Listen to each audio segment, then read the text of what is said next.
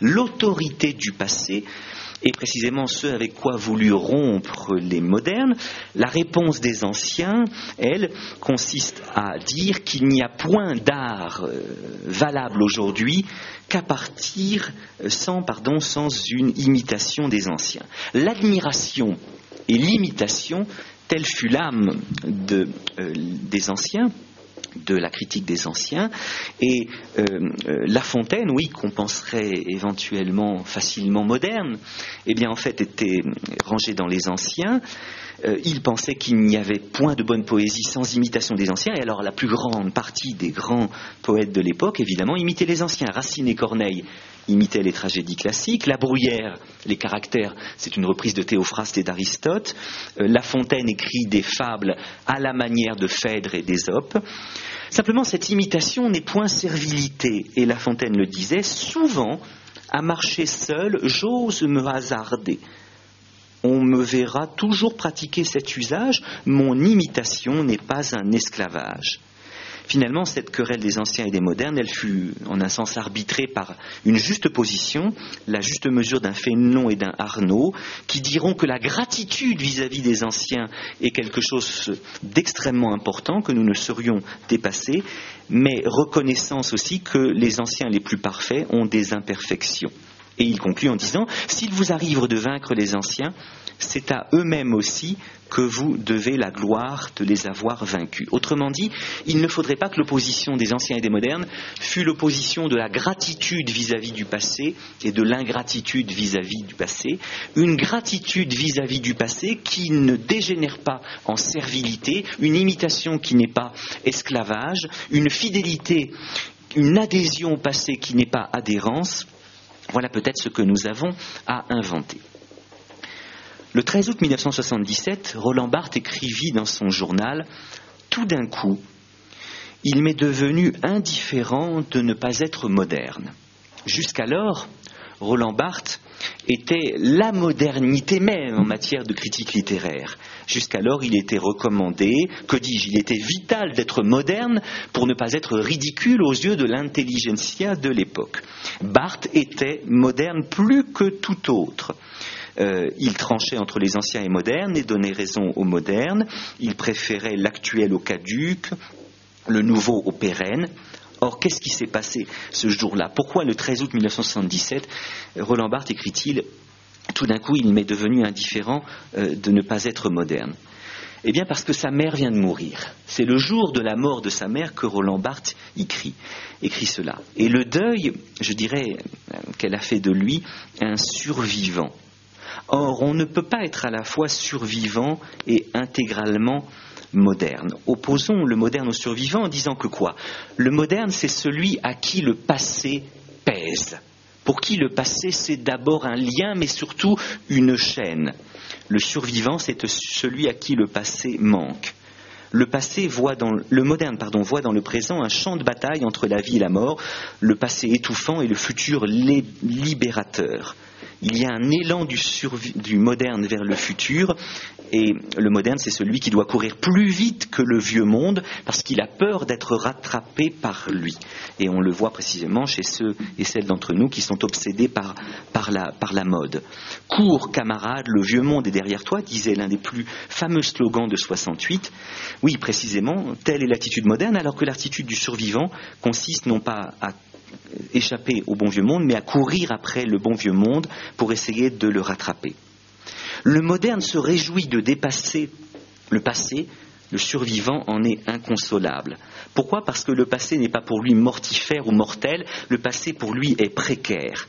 Être moderne, c'est se séparer, c'est progresser, avancer, dépasser, transcender.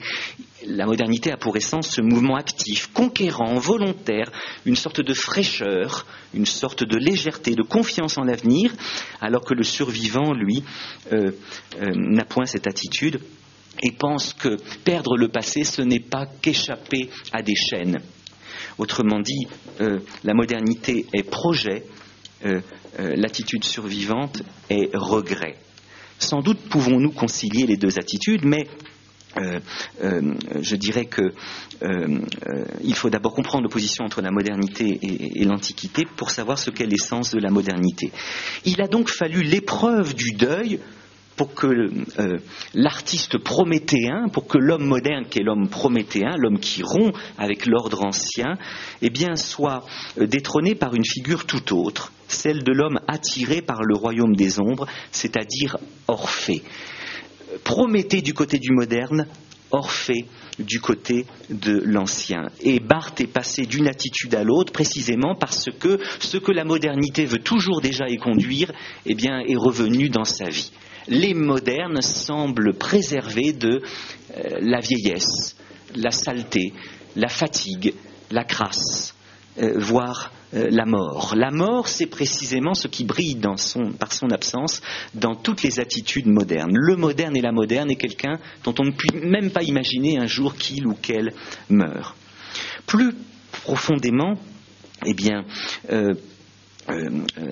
être moderne, c'est être progressiste, et être progressiste, c'est au fond vouloir remplacer le couple classique de la morale, le bien et le mal, par le couple moderne du progrès et de la réaction.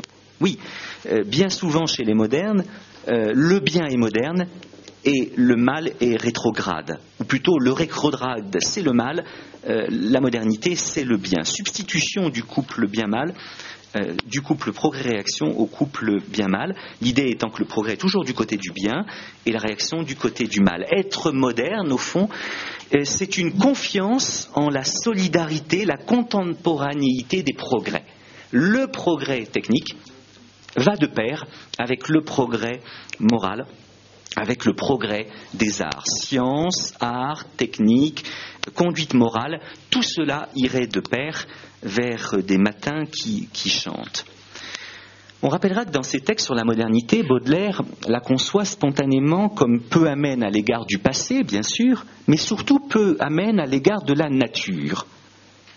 Au fond, la modernité, c'est une manière de s'émanciper et du passé et de la nature, en ceci que la nature est le lieu d'une relative permanence. Baudelaire écrit, dans ses réflexions sur la modernité c'est le transitoire, le fugitif, le contingent.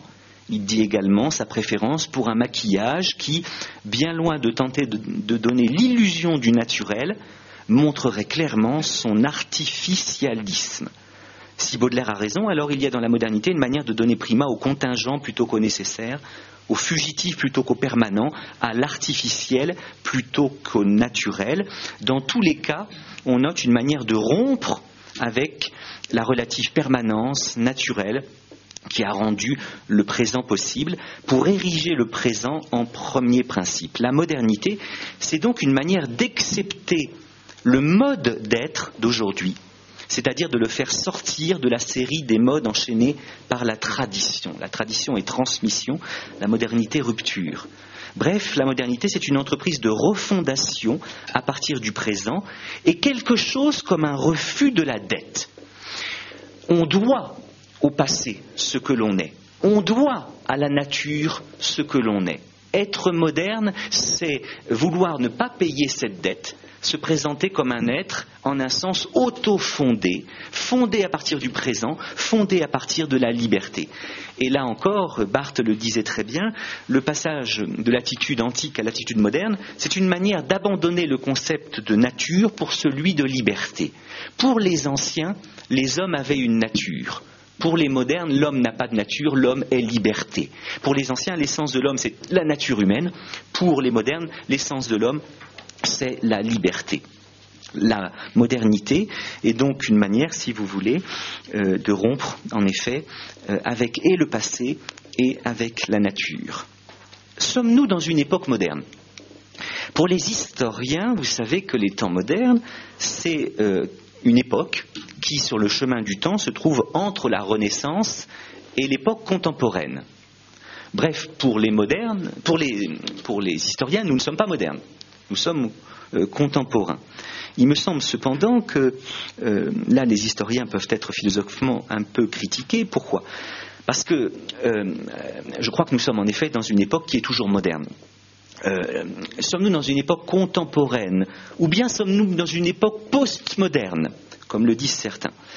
Il me semble qu'il y a une grande faiblesse spéculative, philosophique de ces deux notions, contemporanéité et modernité. Contemporaine, toute l'époque l'est, évidemment. La faiblesse spéculative de la notion de contemporanéité qui conduit certains musicologues à refuser le label de musique contemporaine à des musiques pourtant écrites et jouées de notre temps, eh bien, nous en informe assez. Serait contemporaine une musique composée à partir des modes de composition du présent, des modes de composition découverts par notre temps. Bref, Pierre Boulez serait moderne, Diams serait moderne, mais Adamo ou Rick Azaray ne seraient pas modernes. Pourquoi ? Parce qu'ils ne composeraient pas avec les modes de composition inventés récemment. Pourtant, Adamo et Rick Azaray sont tout aussi contemporains que Boulez et Diams. Si contemporain veut dire simplement qui a lieu présentement. Contemporain est donc une notion plus que fragile, elle ne peut pas qualifier sérieusement une époque. Sommes-nous dans une époque postmoderne, comme le disent certains philosophes d'aujourd'hui, notamment Lyotard et en un sens Jacques Derrida. Il ne me paraît pas. Les postmodernes, alors c'est d'abord, par exemple pour Lyotard, qu'est-ce que c'est que la postmodernité ? Eh bien pour Lyotard, nous sommes dans une époque postmoderne parce que la postmodernité, c'est une manière de rompre avec les grands récits modernes de l'émancipation. Vous voyez ? On était dans une époque moderne quand on croyait pouvoir s'émanciper. On est dans une époque post-moderne parce qu'aujourd'hui on a compris qu'il y avait quelque chose qui résistait au désir moderne de s'émanciper et du passé et de la nature. En un sens, on peut regarder la mode écologique comme quelque chose qui n'est pas moderne, si vous voulez. Précisément, les écologistes s'inquiètent du progrès technique. Le gros problème, c'est que dans les définitions qu'ils donnent de la postmodernité, c'est-à-dire une manière de rompre avec les récits d'émancipation, avec l'illusion moderne selon laquelle on pourrait s'émanciper, qu'est-ce que fait notre cher Lyotard ? Eh bien, c'est qu'il s'émancipe. Finalement, la postmodernité, c'est une manière de s'émanciper de l'émancipation. Surtout, il y a chez Lyotard quelque chose qu'on a chez tous les modernes, c'est-à-dire une passion de la rupture. Lyotard, c'est quelqu'un qui rompt avec la modernité, mais rompre, c'est toujours l'attitude moderne. Autrement dit, je ne vois pas de différence radicale entre les postmodernes et les modernes. Ce qui est commun aux postmodernes et aux modernes, c'est la passion de la rupture qui les anime. Passion de la rupture qu'un Pierre Boulez nomme lutte contre le fétichisme et un Lyotard délégitimation. Or, puisque ce geste de rupture me paraît l'essence de la modernité, eh bien, il me semble que nous sommes dans une époque moderne. Alors, si vous voulez, modernité tardive peut-être, de même que les historiens du monde romain ne parlent plus aujourd'hui de bas empire, c'était un peu péjoratif, mais de antiquité tardive, pour dire les derniers temps de Rome, je crois que nous sommes dans une époque de modernité tardive. Quelles sont les deux attitudes fondamentales ? Rupture donc vis-à-vis du passé, rupture vis-à-vis de la nature. Mais ces deux ruptures, elles vont s'incarner dans deux manières, deux attitudes qui me paraissent être l'essence de notre modernité. Et Dieu sait que ces deux attitudes influencent la vie hospitalière contemporaine. Les deux sources de l'attitude moderne, les deux sources de la modernité, c'est, me semble-t-il, d'une part, l'appel cartésien à ce que les hommes deviennent comme maîtres et possesseurs de la nature, et c'est, d'autre part, ce mouvement d'égalisation des conditions que décrivit génialement Tocqueville dans De la démocratie en Amérique. La modernité, c'est fondamentalement ça, qu'un homme rompe, il devienne maître et possesseur de la nature, et égalisation des conditions. Donc l'appel cartésien à ce que les hommes deviennent comme maîtres et possesseurs de la nature, d'autre part l'égalisation des conditions entre tous les hommes, voilà ce que me paraît être l'essence de la modernité. Et précisément, une époque non moderne, c'est une époque où les hommes ne se conçoivent pas comme maîtres et possesseurs de la nature, et c'est une époque où les hommes ne se croient pas tous égaux. Quelques mots sur, d'une part, la technique, et d'autre part, sur l'égalisation. Alors, quelque part, Milan Kundera écrit « Descartes non lu nous détermine, que nous le voulions ou non. La plupart de nos contemporains n'ont pas lu attentivement Descartes. Et cependant, qu'ils le veuillent ou pas, ils sont influencés par Descartes. Pourquoi ? Parce qu'ils se conçoivent spontanément comme maîtres et possesseurs de la nature, comme Descartes voulait qu'ils le soient. Qu'est-ce donc que le rapport moderne à la nature ? Eh bien, un rapport technique, mais alors d'une technique qui, en effet, a les coups des franches pour utiliser la nature. Qu'est-ce que c'est que la technique dans son essence ? La technique, c'est la domestication de la nature. La technique, c'est l'utilisation de la nature. Utiliser, ou tort veut dire se servir d'eux, utiliser la nature, c'est ce que les hommes ont toujours fait. Il n'y a pas d'humanité sans technique.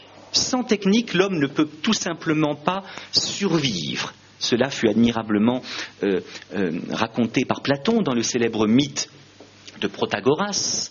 Je vous rappelle qu'un jour, Zeus, le dieu des dieux, a fait venir à lui 2 titans, fils de Japet, tous les deux, qui s'appelaient l'un Prométhée et l'autre Épiméthée, avec pour tâche de leur confier une mission très importante. Il s'agissait de distribuer aux différents vivants les différentes qualités naturelles.